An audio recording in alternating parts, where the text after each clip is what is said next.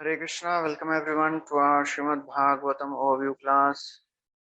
We'll begin with our prayers. Om Ajnanatimirandhasya Jnananjana Shalakaya Chakshurunmilitam Yena Tasmai Shri Gurave Namaha. Shri Chaitanya Manobhishtam Sthapitam Yena Bhutale Swayam Rupa Kadamahyam Dadati Swapadantikam. Vandeham Shri Guru Shri Yuta Padakamalam Shri Gurun Vaishnavamsha Shri Rupam Sagrajatan Sahagana Raghunathanvitam Tam Sajivam Sadvaitam Savadhutam Parijana Sahitam Krishna Chaitanya Devam Shri Radha Krishna Padan Sahagana Lalita Shri Vishakhanvitamsha He Krishna Karuna Sindhu Dinabandhu Jagatpate Gopesha Gopika Kanta Radha Kanta Namostute तप्त कांचन गौरांगी राधे वृंदावनेश्वरी वृषभानुसुते देवी प्रणमामि हरिप्रिये वाञ्छाकल्पतरुभ्यश्च कृपा सिन्धुभ्यैव च पतितानां पावनेभ्यो वैष्णवेभ्यो नमो नमः। नमो विष्णुपादाय कृष्णप्रेष्ठाय भूतले श्रीमते भक्तिवेदान्त स्वामी नित्यनामिने नमस्ते सरस्वती देवे गौरवाणी प्रचारिणे निर्विशेष शून्यवादी पाश्चात्य देश तारिणे जय श्री कृष्ण चैतन्य प्रभु नित्यानंद श्री अद्वैत गदाधार शिवासदि गौर भक्तवृंद हरे Krishna Krishna Krishna Hare Hare Hare Ram Ram Ram Hare Hare. Hare Krishna, welcome everyone. We are discussing from the 10th canto of Srimad Bhagavatam, and we are discussing how Krishna, last time we discussed Krishna, uh, killed Shalva, the great demon, and before that we discussed when Krishna was there in Dwarka, in Hastinapur, attending the wonderful celebration of Rajasuya Yagya. So Shalva, he attacked Dwarka, and Krishna, when he understood, he started seeing all the inauspicious omens. So he returned to Dwarka and he saw this Shalva attacking. Immediately he went, he put on his armor, he installed Balram to protect the citizens of Dwarka, and he started fighting. And we saw that before that, Pradyumna, he was fighting with Shalva. He got injured and then he was saved. He was taken out of the battlefield by the son of Daruka, the chariot driver. Then he went back. As he regained consciousness, he started fighting fiercely. Then Krishna, he came and he destroyed Shalva's entire airship, and he destroyed the chariot, and then he cut off the head of Shalva with his Sudarshan Chakra. So that's what we discussed. And then today we'll be discussing the 78th chapter, which is entitled The Killing of Dantavakra, Vidurath and Romharshan. So Shukdev Goswami continues the description that out of friendship for Shalva and Shishupal and Poundraka, the friend of all these, his name was Dantavakra. When he heard, he immediately he appeared on the battlefield, not on the chariot. He came right there on the foot, and he challenged Krishna. So Krishna, he picked up his club and he attacked Vidurath, Dantavakra, because Dantavakra was on the ground. He was not on the chariot. He attacked with his club on. As he walked, he was such a very, very powerful fighter. Entire earth was shaking. So Krishna, to give a fair fight, he also came down of the chariot, took on his Kamudiki club Gada. And Dantavakra, when he saw Krishna, he said, "Oh, what a great luck! What a great luck today! You have come in front of me." So Sridhar Swami, he says that actually who is Dantavakra? He is Jaya Vijay, the same personality who were cursed by four Kumaras. So now, today he is exclaiming, oh, now how fortunate it is. I have come to see you, O my Lord, again.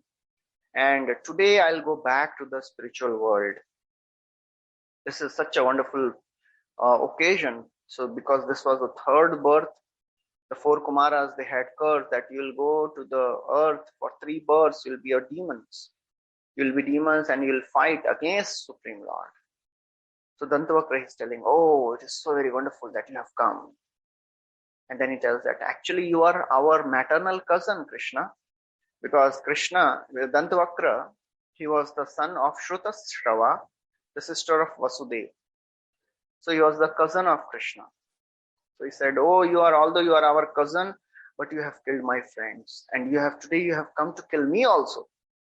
But just see, today I'll kill you with my thunderbolt club. And he tells, oh, you're such a fool. Chakravarti Thakur, as always, he tells that Saraswati, she's telling, you are not Manda, you are Amanda. You are most intelligent one. And today you will strike me with your Kaumudiki club and I will attain liberation. I'll attain you. And then Shishupali tells, O unintelligent world, O Amanda, today I'll repay my debt to my friend Shishupal by killing and cutting off your head. I will repay my debt. So tarhi anriyam upamyagya mitranam mitravatsalah bandhu rupam arim hatva vyadhim dehacharam yatha. He's telling you are agya, but Saraswati, Mother Saraswati, she's telling you are agya means there is no more intelligent than you. There is nobody who is more intelligent than you. So therefore you are agya. Bandhu rupam. So he's telling that actually you have appeared as my relative. But the real meaning is Krishna is bandhu of everyone. He is everyone's true friend. As Bhagavad Gita, Krishna is telling that he's Suridam Sarva Bhutana. He's the best well-wishing friend of every living entity. Bandhu Rupam.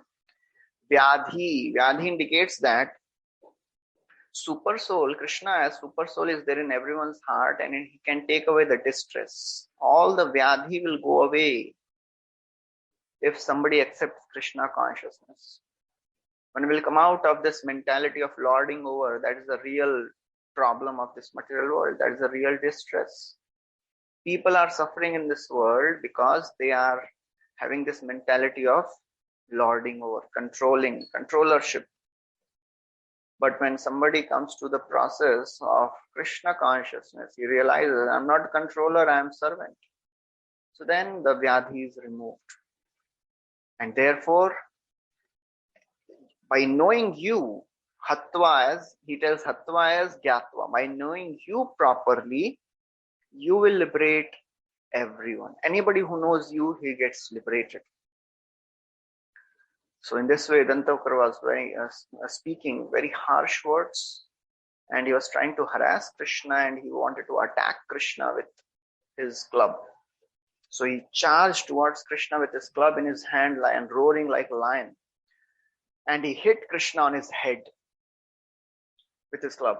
But for Krishna, it was like insignificant. He didn't even budge an inch.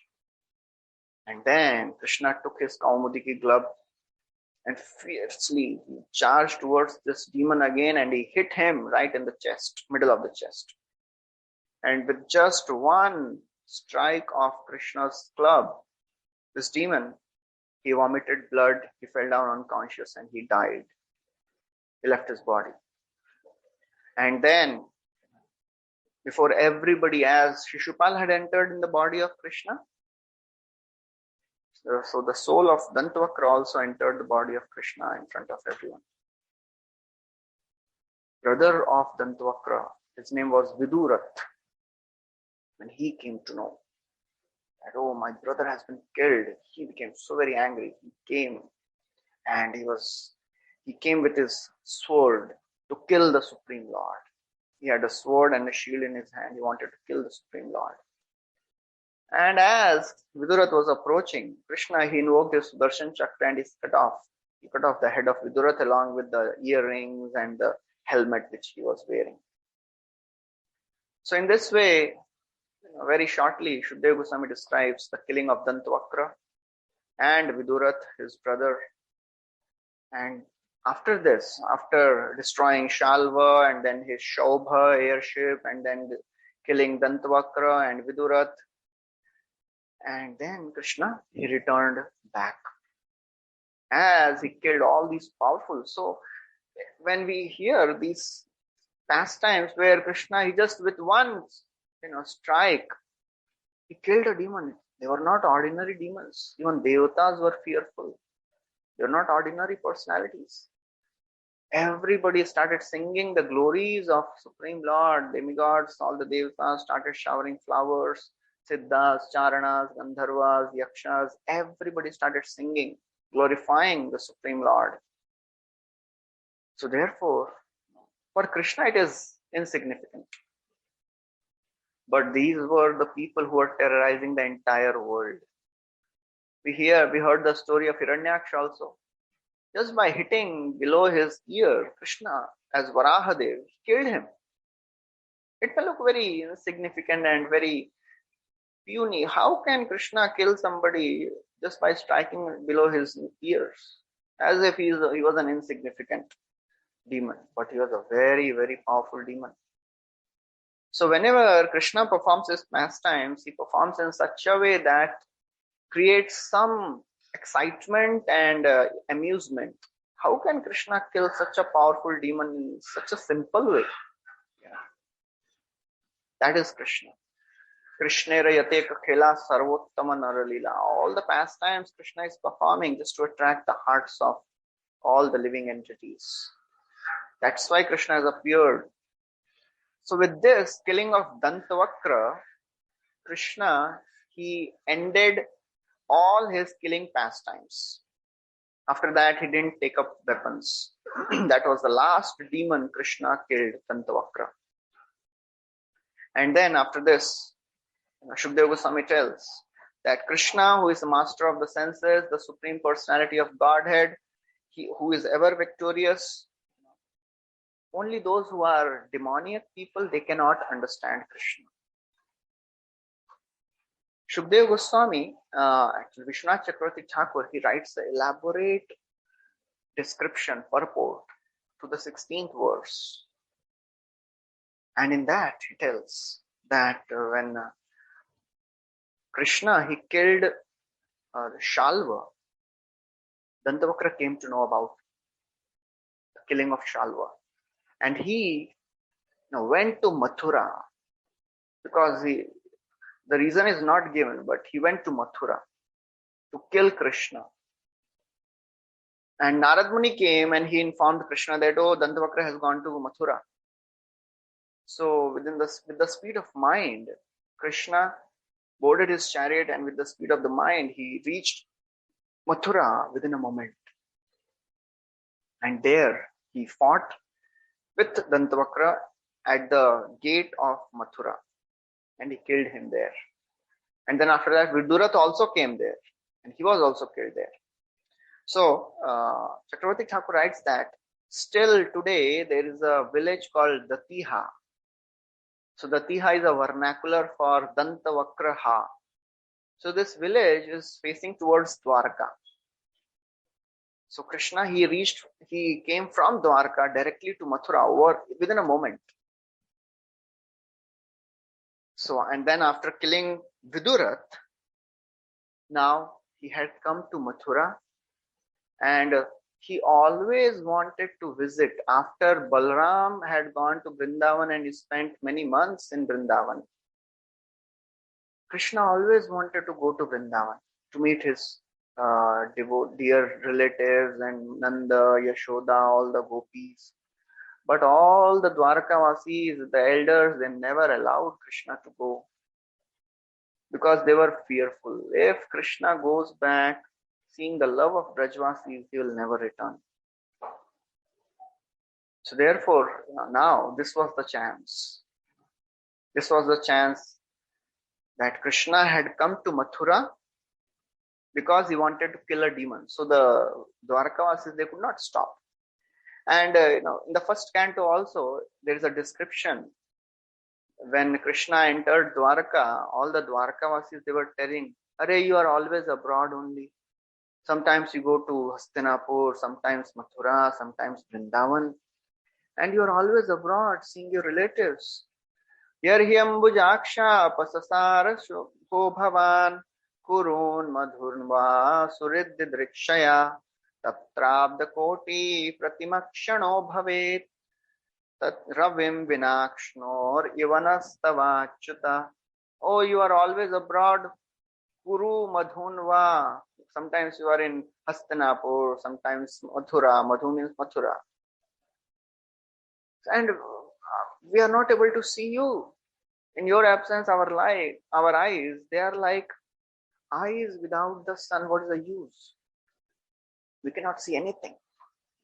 So therefore, Krishna, he went to Vrindavan, he went to Mathura this time. And still the Dwarkavasis, they were telling, "Oh, you are always abroad only." So in the end, Vishwanath Chakravarti Thakur will give the sequence of events. How these events, when is the sequence, chronology, he'll tell. So Krishna, because he had come now to Vrindavan, he had now come to Mathura, so he crossed Yamuna and he entered Vrindavan. He stayed in Vrindavan for 2 months. He assumed his cowherd form of cowherd boy. He enjoyed with Nanda, Yashoda, and all the relatives, perform all the wonderful pastimes again with them, gave them intense pleasure. And then, at the end of 2 months, Krishna, he withdrew his Braja pastimes. This is the end of Braja pastimes. So as we know that when Nanda and Yashoda, they had appeared, they had 2 parts. One Devata expansion and the eternal Nanda and Yashoda. So Devatas were Drona and Dhara. So Vishwanath Chakravarti Thakur writes that Krishna, he sent these Devata portions to eternal Vaikuntha, Goloka basically, because they were now perfected their lives. They went to the spiritual world, they went to Goloka. So Krishna, in one plenary portion, along with all the Brajvasis, he went to the spiritual world, Goloka Vrindavan. In other plenary portion, he stayed in Vrindavan, and with all the eternal residents, the pure devotees who had appeared from Goloka, they were there. They are still there performing their pastimes in Aprakat Leela. Krishna never went back. He is always there performing all the pastimes. That's why it is said that Vrindavanam parityajya padam ekam na gacchati. Krishna never leaves Vrindavan. He doesn't take even one step out of Vrindavan. So one expansion went back to the spiritual world with all the Devata residents, Devata portions, because they were now pure devotees. They went to the spiritual world, just like Lord Ram. When he departed, he took all the Ayodhyavasis to the eternal Ayodhya. So the 2 portions, one stayed in Vrindavan, other went to the spiritual world, and the third plenary portion returned to Dwarka. So all the Dwarkavasis, they thought, oh, Krishna had gone to spend some time with his relatives and now he is coming back. So that is what their understanding was. Why Shukdev Goswami didn't tell this to Parikshit Maharaj? There is a reason. Shukdev Goswami, Chakravarti Thakur tells that if Shukdev Goswami would have told this story to Parikshit, he would have asked him. Parikshit would have asked, how this is such an unfair arrangement done by Krishna? He took all the Brajvasis to the spiritual world. And why he had to perform such a ghastly pastime of Maushala Leela? Why he performed that pastime to take the Yadus to the spiritual world? So, he was anticipating, Shukdev Goswami was anticipating such question. So therefore, he did not want to, go into all these questions. So he didn't mention that detail. He just hinted. He vaguely hinted to this pastime in the previous verse. In the 15th verse, he told that iti vishesha, iti vivesha. Iti vivesh means, after performing other pastimes, Krishna, he returned to Dwarka. He didn't tell which all pastimes Krishna performed in Mathura. So in Vaishnav Toshini, Sridhar Swami, Sanatana Goswami, he gives a chronology. He tells, first, there was a pilgrimage to the Kurukshetra during solar eclipse. And then the Rajasuya assembly happened. Rajasuya Yajna happened. So, all the Brajvasis, they came to Kurukshetra. And then after that, they met Krishna. And then Krishna came for Rajasuya sacrifice. And then after this, the gambling match happened. And then Draupadi was, insulted. And then this killing of Shalva and Dantavakra. And then Krishna visits to Vrindavan. And then Krishna, he took all the residents of Vrindavan back to the spiritual world. So that is the chronology. So after this, Shukdev Goswami tells another story. Balramji, he had heard that Kurus, all the Kauravas and the Pandavas, they are planning to fight. And because Balramji, he was affectionate to Yudhishthira also and Duryodhana also. So therefore he didn't want to, be a part of this war. He wanted to avoid this awkward situation. So on the pretext of doing a pilgrimage, he took permission and he departed. Shukdev Goswami tells, Vishwanath Chakravarti Thakur writes that after killing of Dantavakra, Krishna, he gave up all the weapons. He didn't take up weapons after that. But Balramji, he had to do two more things. He had to deliver Romaharshan Suta and one demon Balavala. Although he had also given up weapons, but still he had to kill them, so that is what going to happen now. So Balramji, he took permission of the Yadavas and the Kauravas and he departed for a pilgrimage. After taking bath at Prabhas Kshetra, he went with a company of Brahmanas to a Saraswati river. And then it is described where all Balramji went. He went to Bindu Sarovar, then Tritakupa, Sudarshana, Vishala, Brahmatirtha, Chakratirtha, and then he actually went to all the places around Yamuna and Ganga river. After taking darshan of all these places, he came to Naimisharanya. In the Naimisharanya, all the sages, they had gathered to perform a great sacrifice. And when these sages, they saw the Supreme Lord Balram has come, they all got up, greeted him very nicely, welcomed him, gave a nice seat of honor. And they were speaking in such a loving way. As all these things are going on, Balramji, he noticed Roma Harshan Suta. He was the speaker because all the sages had appointed Roma Harshan Suta as a speaker to hear from him the pastimes of the Supreme Lord. So here Balramji noticed that, this Roma Harshan, he's a disciple of Vyasdev, but still he's not getting him. He's still sitting. He becomes very, very angry. So first of all, Roma Harshan didn't get up. Secondly, he didn't offer respects. Third, he remained seated. And fourth, he was a Suta. He was not a Brahmana by birth. He was a Suta. But still, he didn't get it.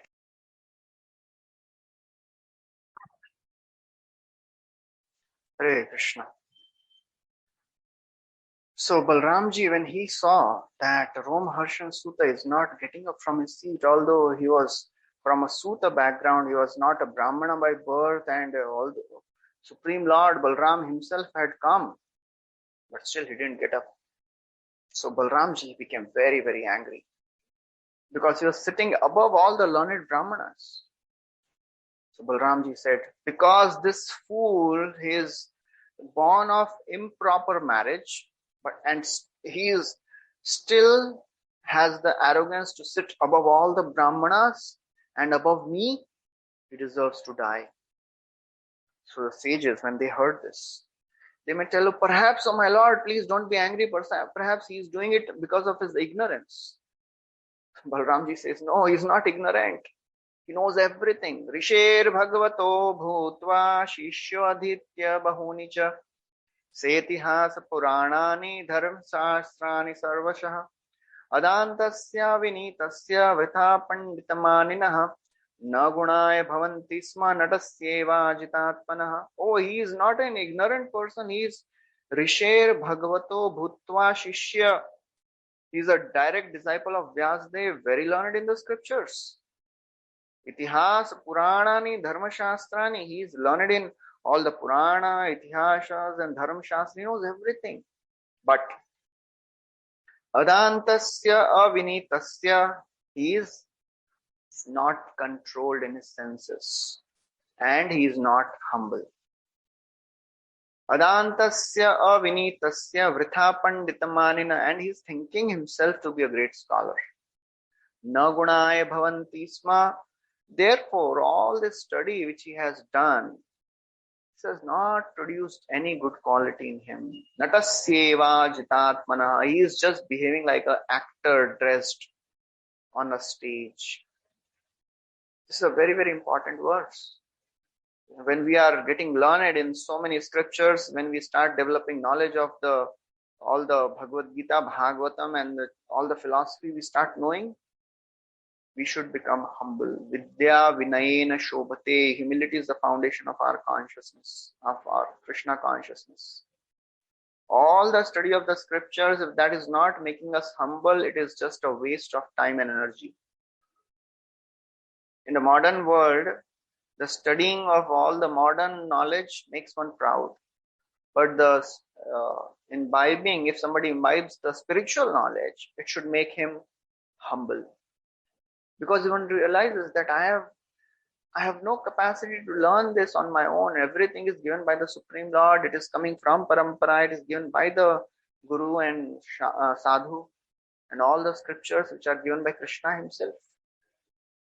So Krishna is not pleased by our achievements, by our show of scholarship.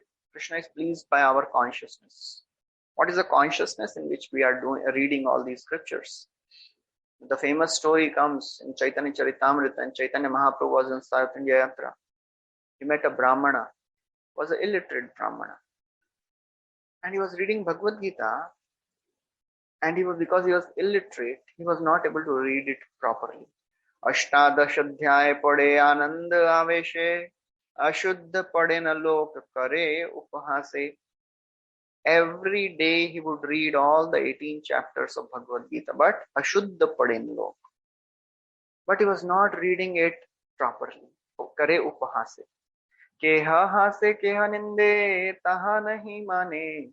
Avishta hoya Gita pade anandita mane. Somebody would laugh, somebody would make fun of him. He would not care for anybody.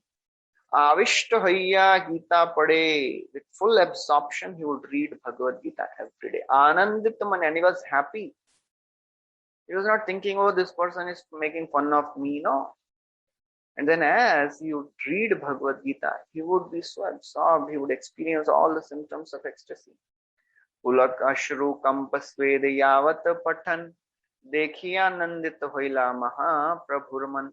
So Chaitanya Mahaprabhu, when he saw that this Brahmana, he is having all the symptoms of ecstasy, Pulak ashru, hair rising on end, tears falling from his eyes, trembling, sweating, Mahaprabhu became very happy. So Mahaprabhu asked him, महाप्रभु पूछिला तारे सुन महाशय कौन अर्थ जानी तुम्हार एता सुख होय. So Mahaprabhu asked him, "O Brahmana, please tell me what meaning you are deriving from the study of scriptures, that you are crying. Eta sukh, how come you are experiencing such happiness?" विप्र कहे मूर्ख आमी शब्दार्थ न जानी शुद्ध अशुद्ध गीता पढ़ी गुरु आज्ञा मानी. So Brahmana says, "Oh my Lord, I am a fool. I don't know any Sanskrit grammar, but because my teacher, my guru has given instruction, that's why I am reading." "Then why are you crying?" अर्जुनेर रथे कृष्ण होए रज्जुधर बशिया छे हाथे तोत्र श्यामल सुंदर. When I see the cover page of Bhagavad Gita, when I see this painting of Krishna driving the chariot of Arjuna with the reins of his chariot in his hands, that makes me so very happy. Arjunere kohite chena hitopadesh eide ki hoye moro anand avesh. And when I see Krishna imparting so many wonderful instructions, I become so very happy. यावत पढ़ो तावत पाइया तार दर्शन ए लागी गीता पाठ ना छाड़े मोर मन. So he's telling, whenever I read Bhagavad Gita, I see this picture, and therefore I cannot give up reading. That is the mood of reading scriptures. We should not just be the academic scholars of Bhagavad Gita, Chaitanya Charitamrita, Bhagavatam, because there are so many academic scholars of Chaitanya Charitamrita who are drinking, smoking. They know all the verses of Chaitanya Charitamrita, all the verses of Bhagavad Gita. We may not be knowing, too many. Some of the scholars, they know all the verses, but still they are not devotees. So Krishna is not pleased with our expertise, he is pleased with our sentiments, our devotion, our consciousness. That is what attracts Krishna. प्रभु कहे गीता पाठे तुम्हारा ही अधिकार तुम ही तो जानी है guitar अर्थ सार. So Mahaprabhu tells, Gita पाठे तुम्हारा ही अधिकार. You are only qualified to read Bhagavad Gita. तुम ही से जानी है से गीतार अर्थ सार. You know the actual meaning of Gita. You know the essence of Bhagavad Gita. So humility is the crux. At present circumstance, humility may be far off, but at least we can be honest. We can be honest that we are not humble, and we can be respectful. So humility is the important quality, but because at present we may not be genuinely humble, we can be honest and respectful. If somebody is arrogant, one becomes vulnerable to sense gratification. Humility makes one immune to sense gratification. So therefore, in this pastime, Balramji is showing the importance of being humble. When somebody is humble, then he is dependent on other Vaishnavas. And then he can be grateful for whatever he receives from the senior devotees. So from humility, dependence is born. Born of dependence is appreciation of the other devotees, and from that one can become grateful. So therefore, humility is very, very important. So the sages, when they hear this, they say, "Oh, he may offend the Brahmanas, but how can you, O Supreme Lord, you are supposed to be without anger. How can you kill him?" Lord tells, the purpose of my coming in this world is to kill the hypocrites like this person, who are pretending to be religious. So Krishna and Chaitanya Mahaprabhu also, he is Patita Pavan, not Kapata Pavan. We have to be very honest. Krishna does not like people who are pretenders. Mithyachara. Bhagavad Gita also says it is better to be a sincere sweeper in the street than charlatan meditator. Krishna does not like anybody who is pretending to be a great devotee. Rather than that, try to be whatever you are and try to go advance in a simple, humble way. So Shukdev Goswami, he said that although Supreme Lord Balramji had stopped killing, but Romharshan's death was inevitable. So Balramji, as he was on a yatra, pilgrimage, and he was behaving as a brahmachari, and he had a kusha grass. So with the tip of kusha grass, it touched the neck of Romharshan, and just by the touch of the tip, Romharshan died. How can this happen? Oh, he is Prabhu. He has unlimited powers. So when Romharshan Sutta, he died, all the sages, they cried out, alas, alas, oh my Lord, how come you have committed such a irreligious activity? We had just given him so many benedictions and blessings. We had put him on the seat of spiritual master. We had blessed him with long life and good sensory power. And you had killed him. And you have killed him now. You have unknowingly killed a Brahmana. So therefore, please, although you are the Supreme Lord, no scriptures cannot dictate you. You can, whatever you do is sanctioned by the scriptures, but still to set an example for people in general, please do some atonement. Because whatever great people do, common people will follow. Yadi yada charati sreshta tatta deve tarojana sayat pramanam kurute lokastadanu vartate. So therefore, please do some atonement. So when Balramji heard this, says, okay, I'll perform atonement for this killing. I will, because I need to show compassion for everyone, I will definitely do the atonement. Just you say one word and I'll revive this person. I will revive this person with all the blessings, with sensory power, with long life. I will revive him right now.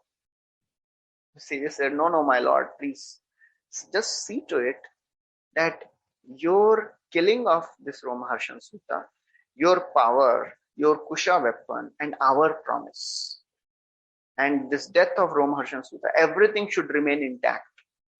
You do something. So now Supreme Lord, he had to use his intelligence, who has unlimited intelligence. He says, okay, no problem. Son inherits the property of his father.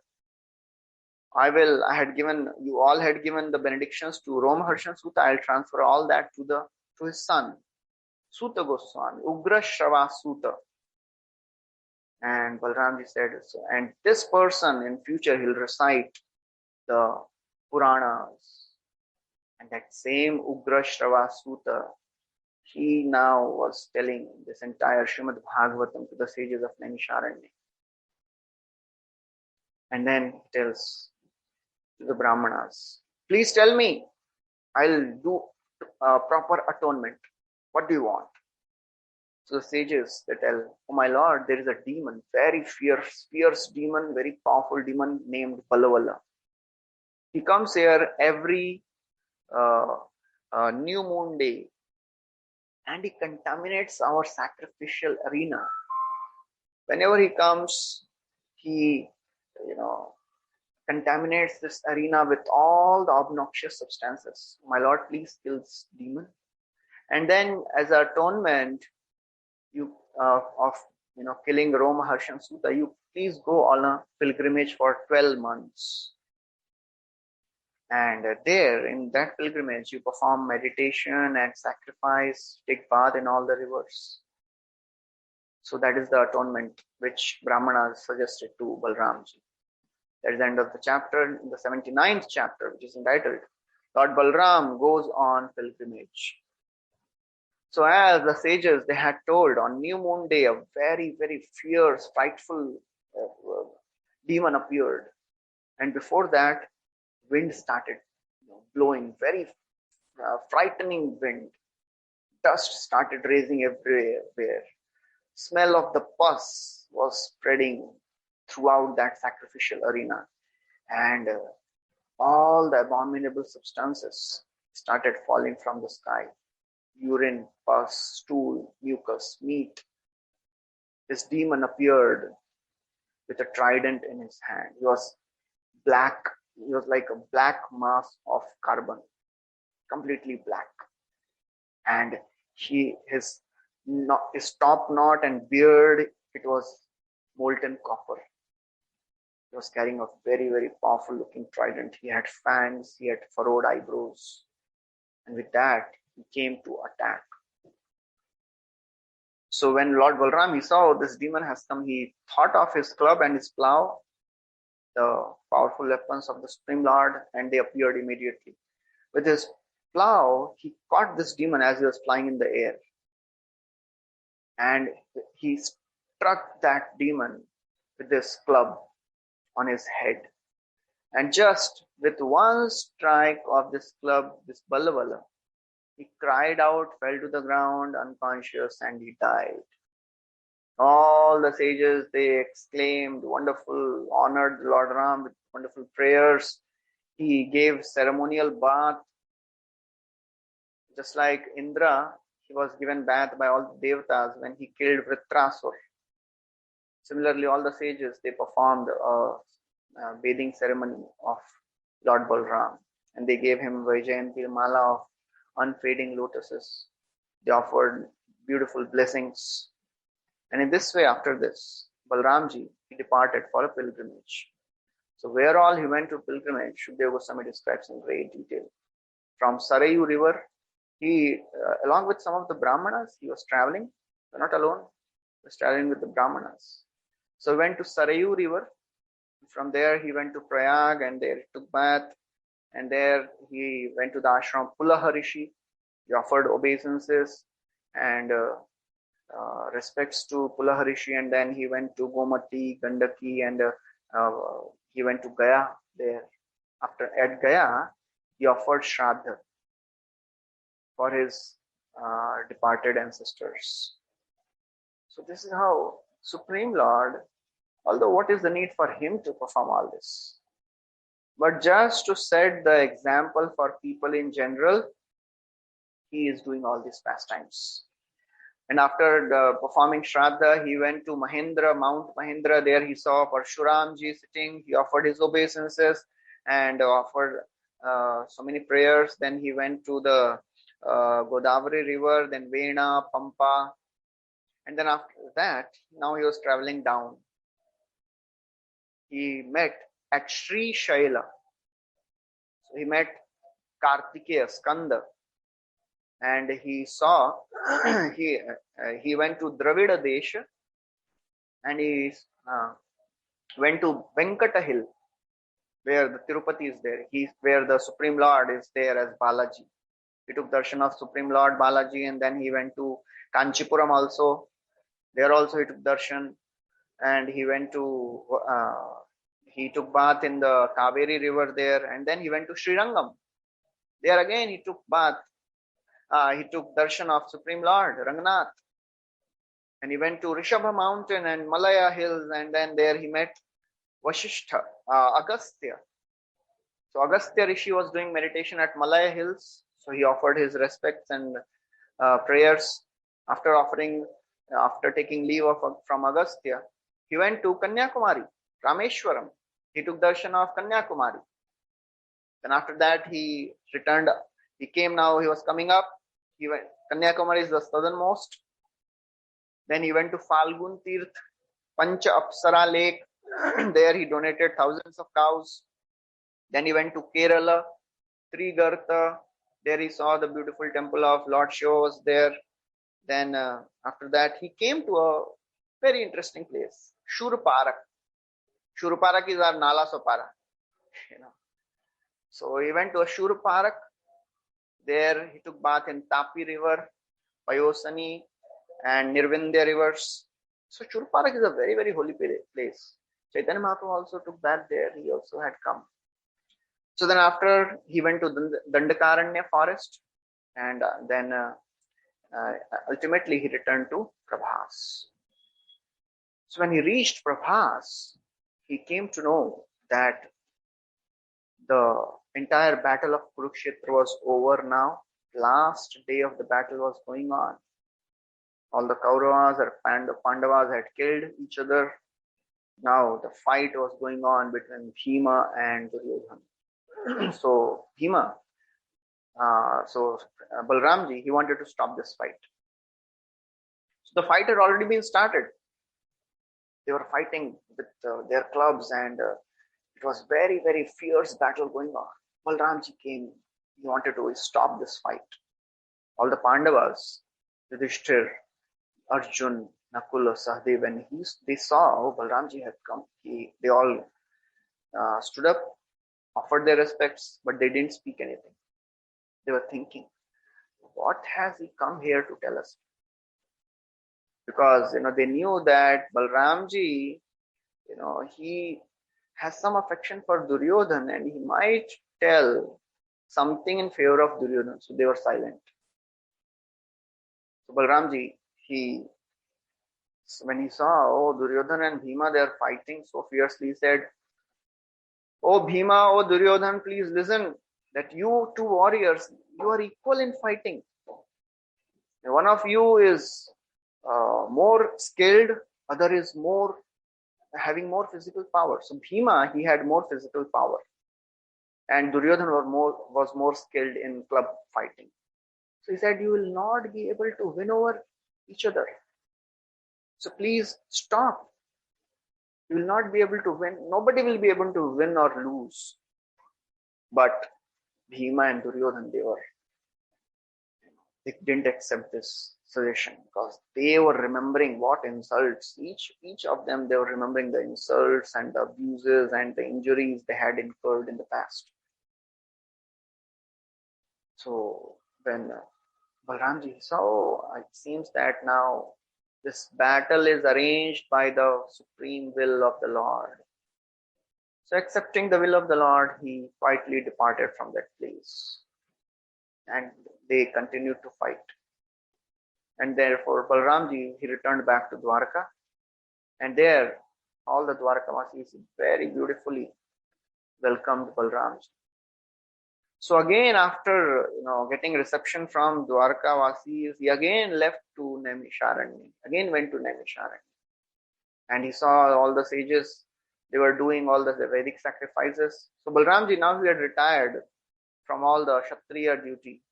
He also engaged in all the Vedic sacrifices. Although he was Supreme Lord, but just to teach people, he started doing all the performances of sacrifices. He blessed all the sages with spiritual knowledge, and he went along with his wife Revati. After doing all the sacrifices, he took his ceremonial bath, and all the pastimes which Supreme Lord has performed, they are unlimited. So Shukdev Goswami, he ends this chapter by telling the Falastuti. He says, all the activities of Supreme Lord Balram, they are amazing. Anybody who hears these pastimes of Lord during the morning and the evening time, he'll get unalloyed devotion, and he'll become very dear to the Supreme Personality of Godhead. So these are the various pastimes of Supreme Lord Balramji. And in this way, this chapter ends. So we'll stop here. Thank you very much. Hare Krishna. So yeah, these places are in India. Yes. Not in the Bharatvarsha. Some of them were in the Bharatvarsha, but most of them were in India also. There are many places in India which are the replica of those places which are in the Greater Himalayas. So in those times, all these residents, they had the power to access those places also. Yeah. In today's age, there is nobody who has the power to go to these places. Okay, so thank you very much. Hare Krishna. Shri Prabhupada ki jai. Granthara Srimad Bhagavatam ki jai. Shri Krishna Bhagavan ki jai.